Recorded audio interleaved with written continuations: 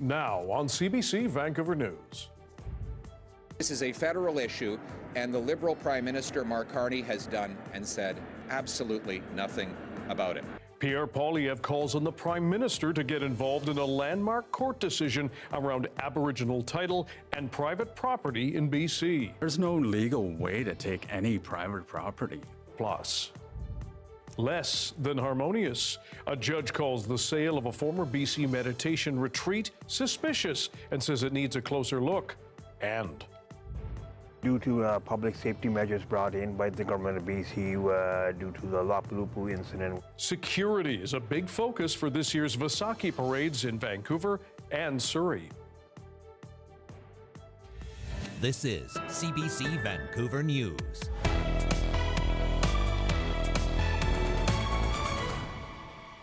Hello, I'm Dan Burritt. Thanks for joining us. The federal opposition leader says it is time the Prime Minister get involved in a landmark court case here in BC. The fallout from the Cowichan tribal lands title decision has come to dominate BC's political landscape.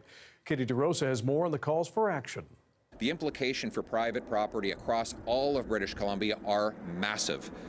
Pierre Poilievre speaking in Richmond, not far from where Cowichan Nation successfully argued for Aboriginal title over a parcel of land near the Fraser River. A decision from the BC Supreme Court that raises questions about how Aboriginal title can coexist with private property. Mark Carney has done and said absolutely nothing. Poilievre is calling on the Prime Minister to strike a parliamentary committee to look at how to protect private property rights in light of the Cowichan decision and other Aboriginal land claims. He's also called on Canada's lawyer to change its legal arguments to protect private property as the case moves to the Court of Appeal. Regional Chief of the BC Assembly of First Nations says the Cowichan Nation has been clear it is not going after people's homes. There's no legal way to take any private property. BC's Premier is dismissing Poilievre's call. What is not helpful is to have a federal politician drop into town for a YouTube clip and a headline to distract from members of his caucus leaving his team. The issue has dominated the BC Conservative leadership campaign. 95% of us can't be left out in the cold just because 5% Indigenous have won a court case out of Richmond. Two other candidates say the federal government should amend the section of the Constitution which recognizes Aboriginal rights and title. We need to remind Indigenous people that Section 35 is consultation. It is not a veto over British Columbia. That little section into our Constitution that says accept private property rights when it comes to Indigenous rights and titles. Warren Ham says BC should replace the Declaration on the Rights of Indigenous Peoples Act, or DRIPA, with the transparent framework that respects Indigenous constitutional rights. Premier David Eby wants to suspend certain sections of DRIPA in response to a different court case, the Gigatla decision on Indigenous consultation over mining rights. First Nations leaders are expected to lay out their opposition to that plan at a news conference on Friday. Katie DeRosa, CBC News, Victoria. To another court case now. Last month, a Supreme Court judge called the sale of a former meditation and yoga retreat in the Gulf Islands suspicious and worthy of investigation. As Liam Britton explains, the sale has led to allegations of unjust enrichment and left a community divided. The way an old brochure tells it, the Denman Island Hermitage was consecrated in 2005, literally under a double rainbow. And for 15 years, the retreat hosted meditation and yoga, an organic garden, and buildings like a colorful stupa. But today, faded pennants, a meager orchard, signs of an inauspicious fate. Hundreds of pages of court documents obtained by CBC tell the tale of how the Hermitage came to this state and the court battles that followed. In 2021, allegations including sex assault against Ogien Trinley Dorje came to light. He's a claimant to the title of the 17th Gyalwa Karmapa, a Buddhist holy figure many at the Hermitage were devoted to. Some at the Hermitage, affidavits say, wanted to sever the society's ties to Dorje, but others pushed back, creating a deadlock. A judge noted the conflict caused some to withdraw from leadership in the Hermitage Society. Directors who stayed on the board claimed this led to a financial crisis. They sold the Hermitage to a former director, who they say in their affidavits was committed to preserving it. She bought the land for $400,000, less than half its assessed value, and $286,000 from the sale went to 3 other directors who had loaned money to the Hermitage. Then they dissolved the society, and next came the lawsuits. Those who had left joined with others to restore the society. They claim it had never been properly dissolved and sued the directors who sold the land and the buyer, alleging they were, quote, unjustly enriched by the deal and calling for the sale to be undone. In return, the parting directors petitioned the court to redissolve the restored society and end the lawsuit. A judge dismissed that request last month, writing, quote, the circumstances of the sale are suspicious and indicative of activity that warrants further investigation on behalf of the society. I am concerned that if I were to dissolve the society, the sale of the Hermitage would go uninvestigated. When reached by CBC, none of those involved in the lawsuits expressed joy over the legal twists and turns this story has taken. The old Hermitage brochure notes the retreat was supposed to be a place offering peace and sanctuary, but what began under a double rainbow remains under a cloud of legal uncertainty. Liam Britton, CBC News, Vancouver. Construction on a busy highway interchange has begun in Abbotsford. We know that construction can be disruptive at times, and we appreciate everyone's patience as this work gets underway. But the result will be well worth it. The province is promising the new Highway 11 interchange project will reduce congestion in that area and allow for faster travel. About 60,000 vehicles use it every day. Mike Farnworth says it will boost safety with new HOV lanes, bike paths, as well as sidewalks. The Highway 11 project is part of the overall Highway 1 widening plan with more than $2.5 billion in provincial funding. It's expected to be complete in 2031. Well, hundreds of thousands of people are expected to gather here in Vancouver and Surrey over the next 2 weekends for the annual Vaisakhi parades. They mark the first harvest and the coming of a new year. As Saurabh Sandhu tells us, this year organizers and police are focusing on public safety after the Lapu Lapu Day Festival tragedy last year. With just a couple of days to go for Vancouver's Vaisakhi parade, preparations are in full swing at Khalsa Diwan Society Gurdwara, where the procession will kick off this Saturday. This year, the route for the parade in Vancouver has been changed to completely avoid going down busy Marine Drive. Due to public safety measures brought in by the government of BC due to the Lapu Lapu incident we had previously, Marine Drive was going to be more costly with concrete barriers being put in the middle of the road. Organizers of Vancouver's Vaisakhi parade say there will be extra cost due to the extra safety measures required, a part of which will be paid for by the city. They have decided to contribute to the cost $45,000 under the public safety measures.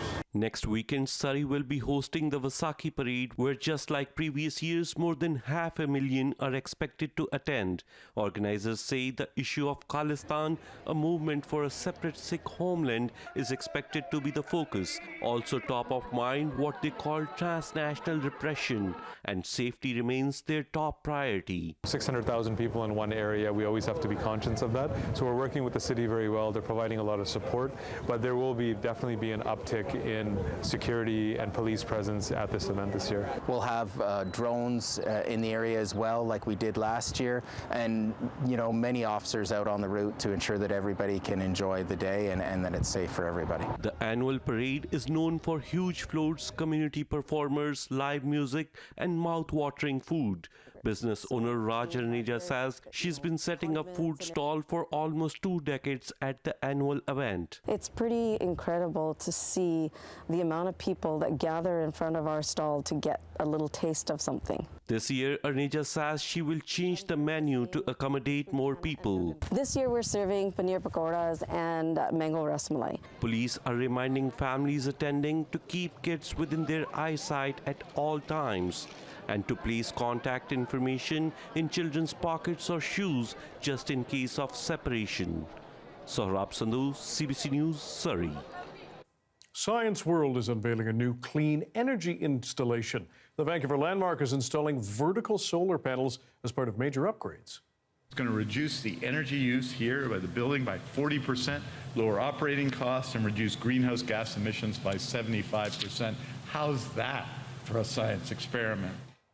About 300 panels have been placed vertically on the south side of the building. They take in light on both sides. BC Hydro says they're especially good at capturing low-angle morning and evening light, even on those cloudy days. All part of a push to upgrade the aging facility with almost $40 million in funding for the province and Ottawa. They've also started repairing the leaky dome and the ventilation system. The weather update is brought to you by Paul Davis Property Restoration Experts. When things go wrong, we do what's right.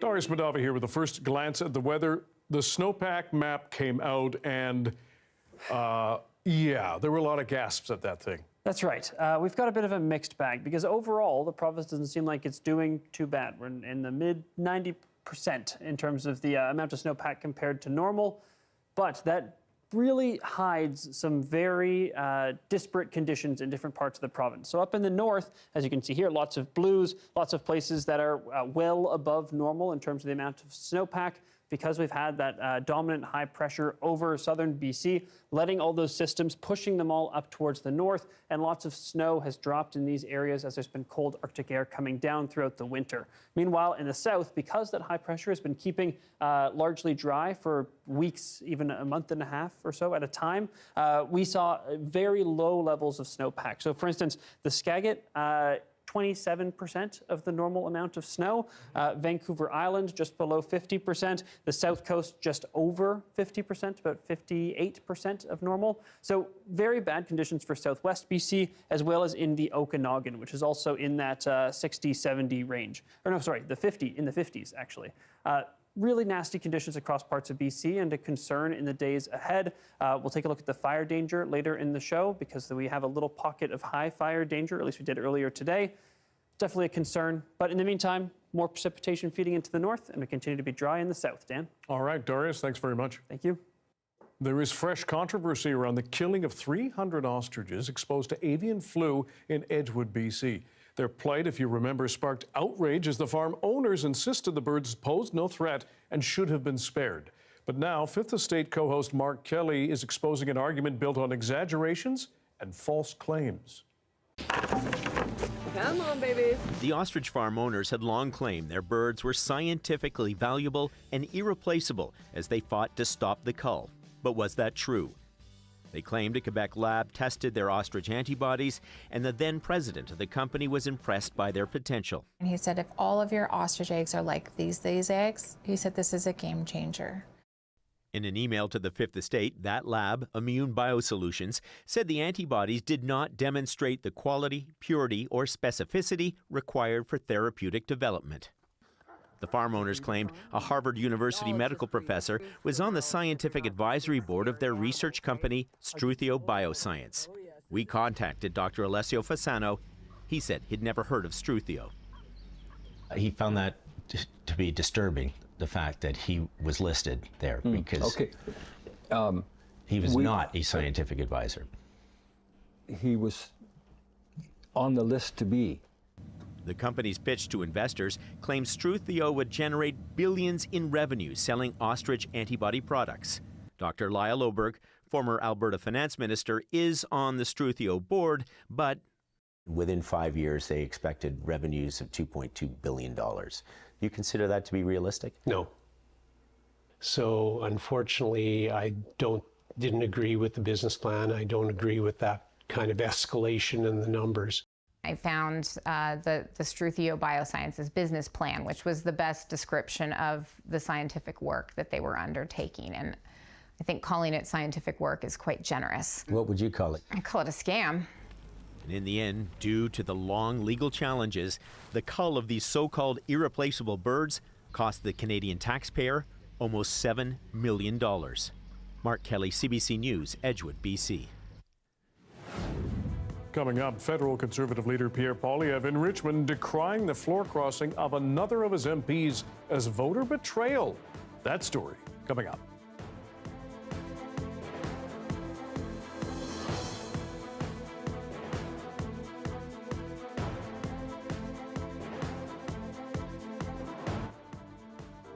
I think it's important to give a human face to the stories that we hear every day, the people that they affect. And I think talking to those people is what really gives us the true sense of the impact of the stories that we're hearing.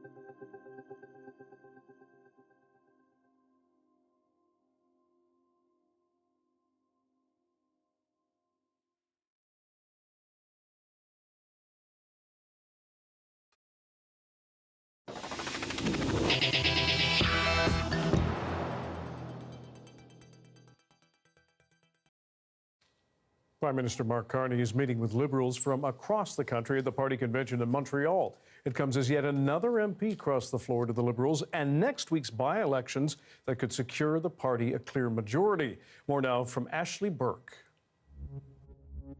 A big welcome at the Liberal convention for the Prime Minister, who arrived with a controversial MP.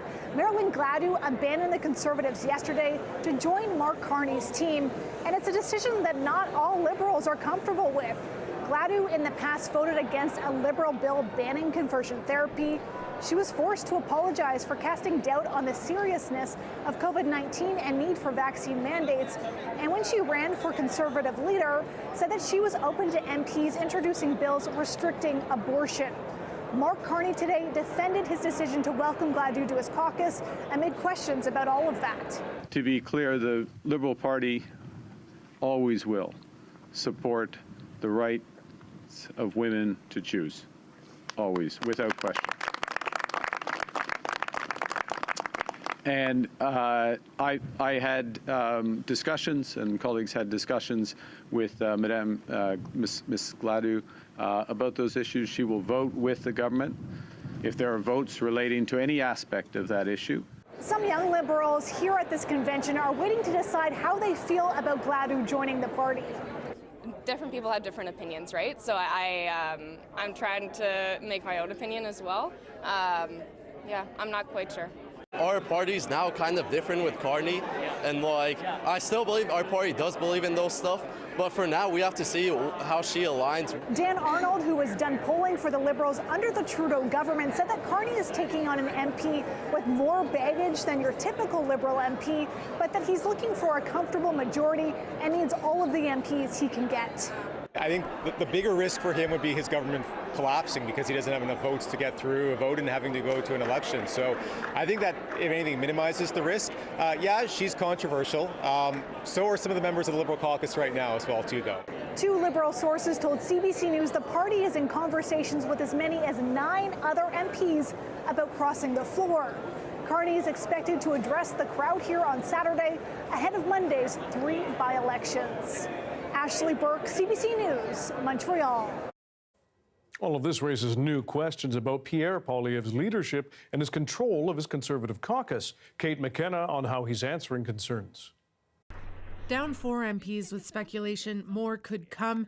Conservative leader Pierre Poilievre says it's Mark Carney's fault. Our mandate and my leadership does not come from dirty backroom deals. It comes from the people of Canada. At his first appearance since Ontario MP Marilyn Gladue's floor crossing, Poilievre said he has no need to reflect on his political future. That reflection comes from the record-smashing 8.3 million Canadians who voted Conservative.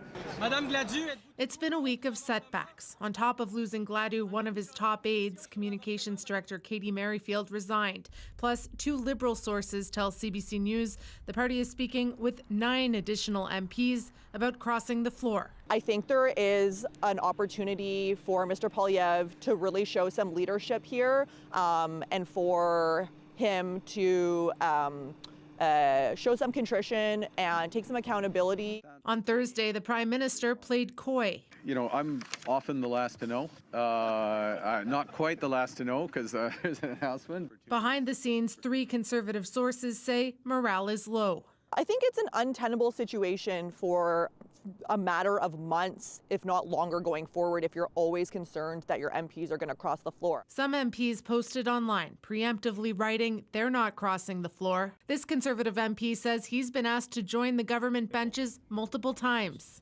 Well, it's an open secret in my party. They've made many requests, and I've spoken to Liberals. The thing about us, I represented myself in the last election as a Conservative in Calgary Centre. Despite the floor crossing, Conservative sources say they're not aware of any effort to oust Poilievre. He flew through his leadership review with 87% support, a clear sign the base is behind him.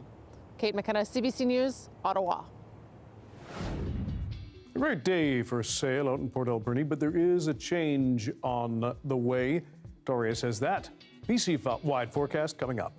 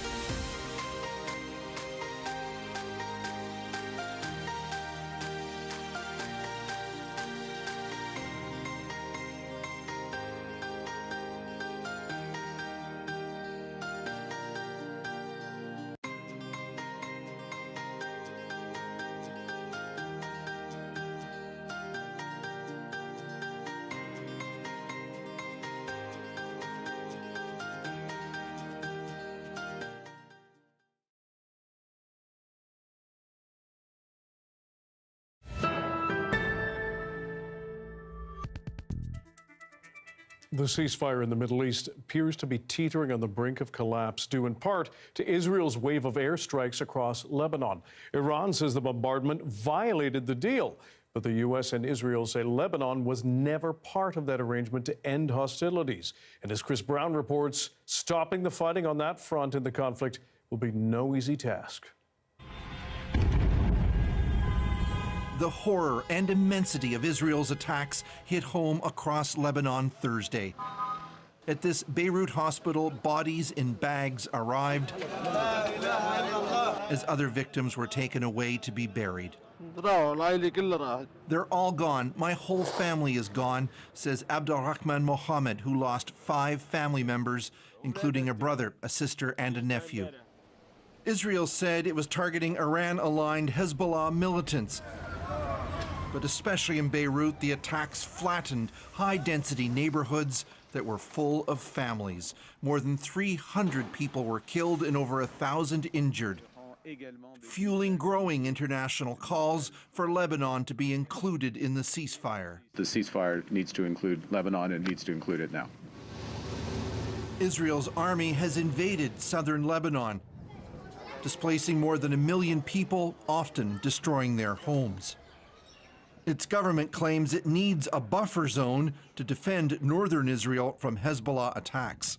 But while Israel refuses a ceasefire, Prime Minister Benjamin Netanyahu announced his officials will meet with the Lebanese government, likely next week, for direct talks to discuss disarming Hezbollah, which would be a first. I think that this is certainly a positive development. It's much better than us being sitting ducks. We have a diplomatic fighting chance, whereas hoping that a military confrontation will bode well for Lebanon is a losing wager. Lebanon's government has already officially banned Hezbollah's military activities, but disarming the militants has proven extraordinarily difficult. Lebanon's military is weak, its government is divided, and Israel's attacks have made Lebanon even more vulnerable. Chris Brown, CBC News, London. As you've heard, the ceasefire between the U.S. and Iran remains shaky. Andrew Chang explains what's complicating that deal and what confusion is muddying the U.S.-Israeli negotiations with Iran. The problem with ceasefires is that they're often confusing because they're contingent on things that just raise more questions. Even the classic, I'll stop shooting if you stop shooting, begs the question, well, who stops shooting first? Or to place this in the big news today, Donald Trump announcing a double-sided ceasefire, wherein he says, I agree to suspend the bombing and attack of Iran, but subject to the Islamic Republic of Iran agreeing to the complete, immediate, and safe opening of the Strait of Hormuz. This seems straightforward. World oil starts moving again, bombing stops. Until you realize that Iran's take on that same point frames it a little differently. Safe passage through the Strait of Hormuz will be possible via coordination with Iran's armed forces and with due consideration of technical limitations. Which could mean everything from go ahead through, the water's fine, to actually coordination is just another word for payment, and technical limitations might refer to the mines we've planted in the water. Watch out for those. And never mind the fact that the Strait of Hormuz never officially closed in the first place. It's always been open, but ships don't go through because they don't want to risk getting blown up. So if the ceasefire doesn't even begin until we see the safe opening of the strait, what does that mean, and on whose terms? Right now, the entire world looking at this 2 weeks to see if some of these details can be worked out for a ceasefire agreement, but it is a delicate moment in the region and a lot of moving parts. I say all of this not because I hold the key to everyone's coded diplomatic language. President Trump forged this moment. Iran begged for this ceasefire, and we all know it. I don't, but I understand vagueness when I see it, and I'll show it to you, starting not with the Strait of Hormuz, but with something that is much more clearly contradictory.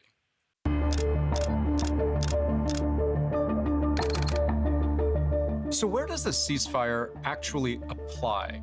One thing that can get lost in all of the fighting happening in Iran is all of the fighting happening in Lebanon. Israel already launched strikes on Bekaa in southern Lebanon. The military has warned of more strikes after Hezbollah fired into Israel.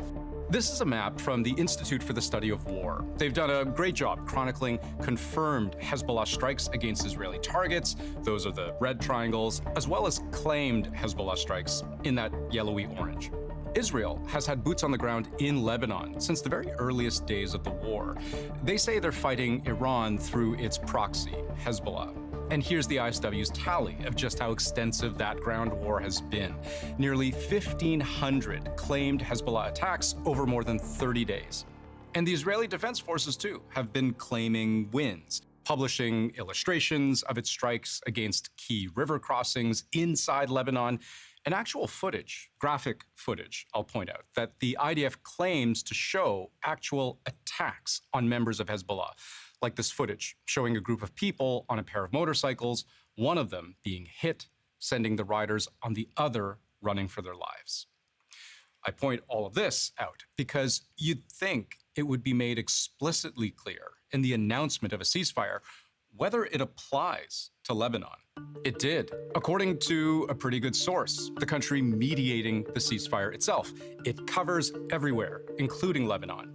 Except Lebanon, as it continued facing Israeli bombardment, wondered what was getting lost in translation. Hezbollah's fighting force seemed to think the fighting should end, but Israel said explicitly the ceasefire does not apply in its war.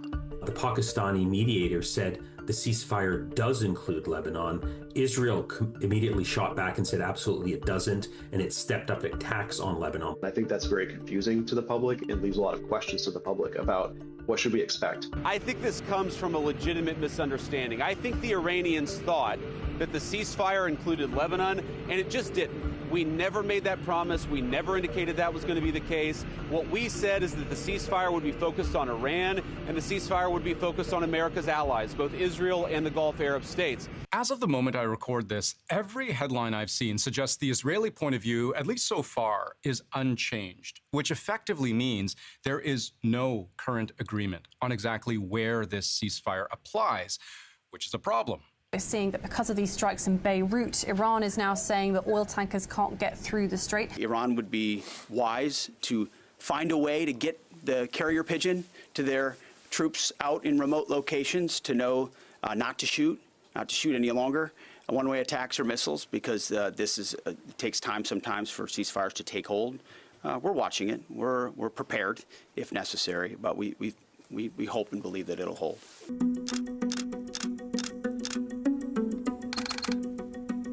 When Trump's Secretary of War was asked about how he understands the conditions Iran has placed on reopening the Strait of Hormuz, Iran has said that safe passage through the Strait of Hormuz will be possible in coordination with Iran's armed forces and, quote, technical limitations. What do you believe that means? his reply was to avoid the question entirely and simply restate the goal, as opposed to how any of it would work or what anything means. What we know is that Iran is going to say a lot of things. A lot of people are going to say a lot of things, claim a lot of things. What has been agreed to, what's been stated, is the strait is open. Our military is watching. I'm sure their military is watching, but commerce will flow. Now, no one is saying ceasefires ought to have every term set in stone, but how do you close the gap between the two sides? The U.S. insisting on restoring free passage, but Iran arguing the opposite. Iran is believed to be charging some ships up to $2 million in one case for safe passage through the strait. This had enough momentum that at one point there were reports Iran and Oman, which controls the other side of the strait, they might both be expecting to profit from tanker traffic. Except, most recently, Oman shut that idea down, a direct contradiction of what Iran had planned. So where is this going? Well, let's add one more layer, and you'll see. Trump posts the morning after the ceasefire's announced. The United States of America will be helping with the traffic buildup in the Strait of Hormuz. There will be lots of positive action. Big money will be made. Big money will be made. What's he talking about there? Like, everybody can get back to making money because oil will flow again? Or is Trump moving in on the deal Oman just rejected. He's reported to have told ABC's chief Washington correspondent that maybe the Strait of Hormuz should be paid to pass, as long as the U.S. gets a cut. A beautiful thing, he reportedly said. It's a way of securing it, also securing it from lots of other people. It's an idea the president has floated, as you know, and it's something that will continue to be discussed over the course of the next 2 weeks. But the immediate priority of the president is the reopening of the strait without any limitations, whether in the form of tolls or otherwise. The point here being that there is nothing simple or straightforward about this ceasefire, about where it takes effect, or even how its preconditions can be satisfied. And all of this is to say nothing of how you get a ceasefire with an uncertain starting point to hold. Consider how far apart the two sides have long been on these critical points of negotiation. Iran's nuclear program, the lifting of sanctions, the unfreezing of assets, the costs of reconstruction, the withdrawal of U.S. forces. We'll stay put, stay ready, stay vigilant, as the chairman laid out. Our troops are prepared to defend, prepared to go on offense, prepared to restart at a moment's notice. Plus, the very inconvenient fact that this war started while the U.S. and Iran were in the midst of negotiations on some of these very issues. At face value, all sides seem to want for this ceasefire to work. But for it to truly stand a chance, there will have to be good faith, trust, and clarity that so far the two sides have not been able to find.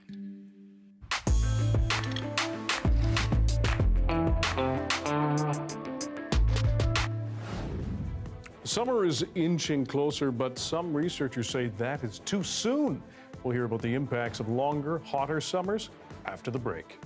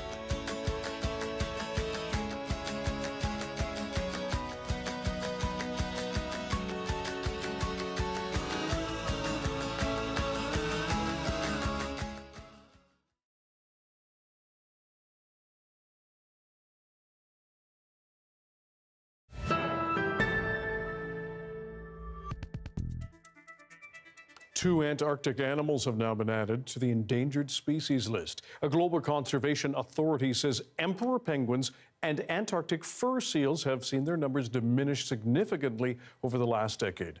As Desjardins reports, scientists say melting sea ice and a drop in food sources are to blame.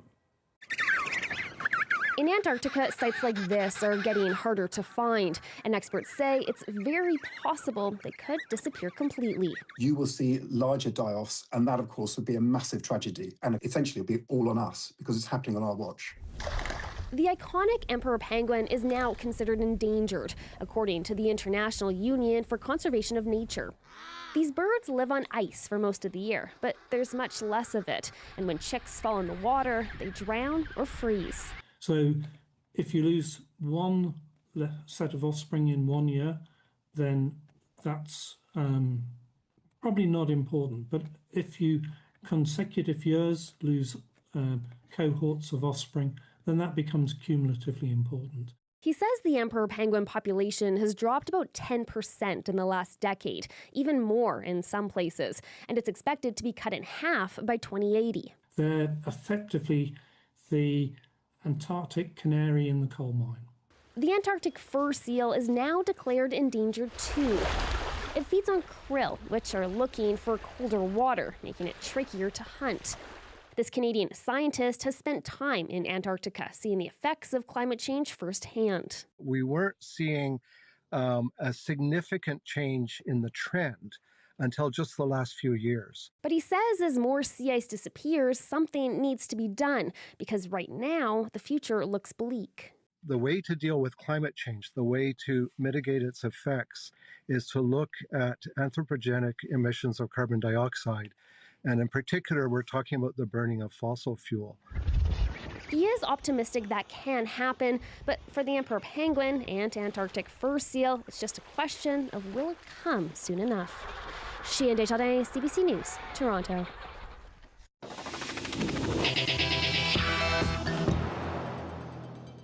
This week on the Lower Mainland has, for some, felt like a turning point toward summer. Beach days and warm evenings getting closer. But while many of us might be welcoming that shift, some researchers are worried. A recent UBC study shows summer weather is arriving earlier, lasting longer, and bringing higher temperatures than it used to. Ted Scott is a PhD student at UBC and lead author of this study and joins us now. Ted, when you say summers are getting longer, how much longer? So if we're talking about summers kind of in general, in the globe, in general, summers are getting longer by about 6 days every 10 years since 1990. So another way to think about that is, about 3 weeks longer since 1990 on average. But if we're talking specifically around Vancouver, that rate is pretty close to the average, but we've had some pretty long summers recently. And certainly we've felt the heat and seen the impact across Vancouver and Metro Vancouver in the province when it comes to challenges and climate disasters. Does the change impact cities differently than rural areas? Cities can have just kind of general higher levels of heat because of all the paved surfaces that tend to absorb and re-radiate heat and all the buildings. But, the scale at which I looked at the data doesn't kind of like pinpoint small areas within cities. It's looking at fairly large scale areas. So I can't tell you specifically like a portion of Vancouver, but I can tell you for the general area of Vancouver or the general area of, say, Toronto. And what are the long-term impacts that this weather shift is having, for example, on agriculture? Sure. When we talk about agriculture, something that's really kind of important about this is if summer is getting longer, and so summer is starting much earlier, that means those temperatures are warm. That means the first frost is just, happening much earlier. And so some of the rhythms that farmers tend to rely on, kind of a predictable, gradual, natural seasonal cycle, that's being disturbed by these changes. And so they may be, feeling like they should plant earlier because of the temperatures, but something that's not changing actually are the daylight hours. That's not shifting. And so this could have an impact on when to plant and how long those growing seasons are. When it comes to, are you seeing a difference between, for example, if summers are starting earlier and perhaps carrying over into fall and into winter? Is that equitable for each of those seasons, or is one getting longer than another? Yeah, actually, that's an interesting finding of our study, is that the changes kind of to those shoulder seasons are happening symmetrically. So, we're moving earlier and moving later, expanding the summer kind of equally in both directions. But those shoulder season periods, those transitions like spring to summer and summer to fall, those are becoming much more abrupt. And so, while we're expanding outward, we're also transitioning really quickly. And lastly, we appreciate your time. What would you like your study to contribute or for people to really learn about this when it comes to the impact here in BC and beyond? Sure. Well, what this study tells us is that we need to prepare for longer and hotter summers. And while we know that climate change is warming things and that that's driven by, human activity, we're going to see that the demand for cooling, energy demands, those are going to increase because we're going to need to potentially start cooling earlier and for longer. And so those energy demands, well, we can be smart about what our energy sources are and choose things like electric heat pumps for cooling and also for doing heating in the cold season. Or if we were to choose something that exacerbates climate change, like burning, natural gas for heating and sticking with air conditioning, well, now we're going to actually compound the problem. And so this is really a call to action that to adapt to this heat, it's an incentive for us to continue programs that kind of push for things like heat pumps that give us heating and cooling. Ted Scott, lead author of this study from UBC. We appreciate your time and expertise. Thanks for joining us. Thanks for having me on.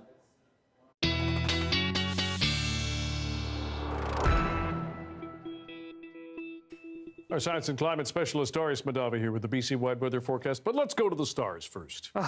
Can we? I'm so excited. Because we won't get to do this that much longer, right? I know. We've got one more day. One more day. Mm-hmm. Today's the last full day in space. Tomorrow, splashdown, 5:07 p.m. That's when the astronauts will, in the Orion capsule, reach the Pacific Ocean just off the coast of San Diego. From there, it'll be about an hour or two for them to get extracted from the capsule and brought aboard a U.S. Navy ship.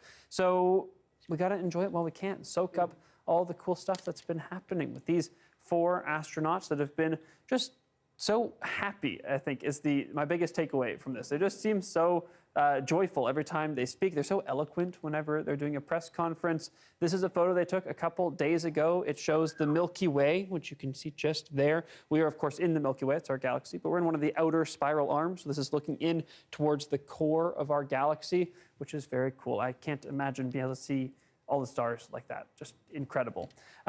With that said, as we look ahead to tomorrow, this is footage from Artemis 1, the uncrewed capsule that touched down left and came back in 2022. This is what splashdown is going to look like. They're going to reach Earth's atmosphere traveling almost 40,000 kilometers per hour. They will then release the crew module from the service module. They will release the parachutes as they make it closer to the ocean, and then they will touch down. From there, it's going to be on the rescue and recovery teams, not really rescue, to go out to the capsule and extract the astronauts one by one. A helicopter will take them one by one to the U.S. Navy vessel, and then they will bring the capsule aboard as well. One thing to note, capsule, not an airplane, not reusable. As it comes down, temperatures in the outside are going to reach 2,700, 2,800 degrees Celsius. Ionized plasma around it, going to block communications for about 6 minutes. And that heat shield that's on it, it's called an ablative heat shield. Just like when humans sweat, the water carries the heat away when it evaporates. The heat shield does the same thing. It flakes off and carries the heat away.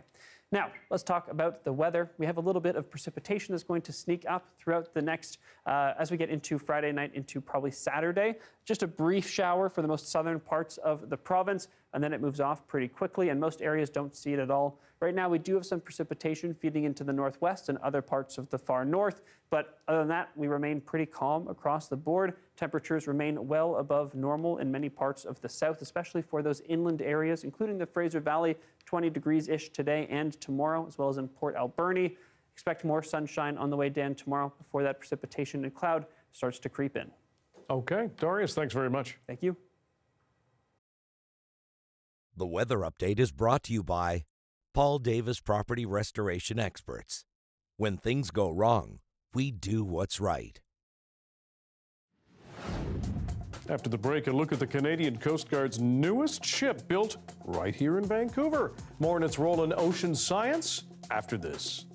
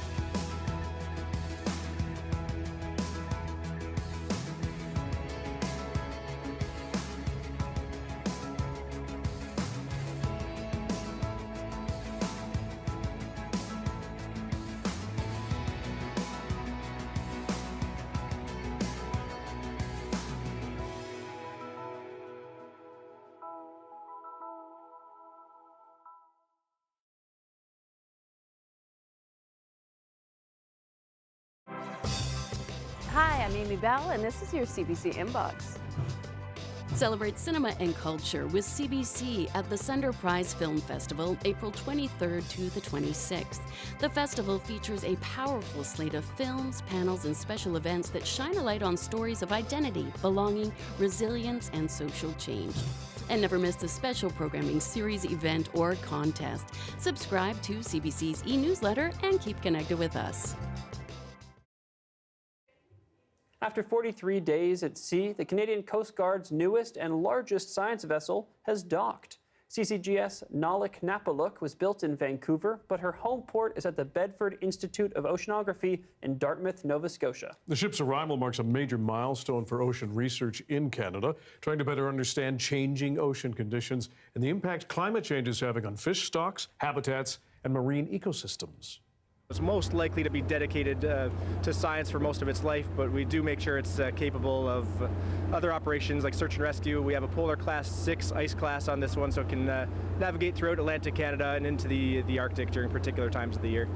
The vessel is named for a respected Inuk elder from Nunavik, known for protecting Inuit language and culture. It replaces CCGS Hudson, which was decommissioned in 2022. All right. As you've said, they've traveled more than 640,000 kilometers, seen what no living person has ever seen, and given scientists 10 days of data that will shape every future space mission. When you put it like that, it sounds impressive. Yeah, just a little. Now it's time for the astronauts on the Artemis 2 mission to start perhaps the most dangerous part of their journey, their trip home. There's no question that we'll all be anxious, and but we'll be with the families. We'll be with them. We'll all be together. I have full confidence in the team. They do too. NASA says the spacecraft will begin its re-entry to the Earth's atmosphere Friday evening, just after 5 p.m. Pacific time, traveling around 38,000 kilometers per hour. Its heat shield will need to withstand temperatures approaching the surface of the sun. If everything goes well, 3 parachutes, as you will see, will be deployed, and the crew module will splash down safely in the Pacific Ocean off San Diego. Exciting stuff. And the Prime Minister had a chance to talk to Canadian astronaut Jeremy Hansen and the rest of the Artemis crew during the mission's final space-to-Earth video call. Mark Carney told them Canadians have been inspired by their achievements. However, he wanted to make sure a national staple of ours would get its moment in the stars. Denny from Mission Control, Houston. A lot of Canadians just want one point of reassurance that the preference is for maple syrup over Nutella on your pancakes in the morning. Absolutely, sir. We definitely have it on board. It can make another guest appearance. Watching them pass around the little squeezy tube of maple syrup after that was very funny. We'll have complete coverage of the Artemis 2 splashdown tomorrow, starting at 3:30 p.m. Pacific, 4:30 Mountain on CBC News Network. And we're expecting that splashdown to occur just after 5 p.m. Pacific in the Pacific Ocean. I will also note there is a live stream all the time of the capsule, so not really the last space-to-Earth video call, but just so you know. Thanks for being with us tonight on CBC Vancouver News at 6. You can watch this newscast on CBC Gem, YouTube, and our website. And we'll have your next local news at 11 o'clock, right after the National. Good night.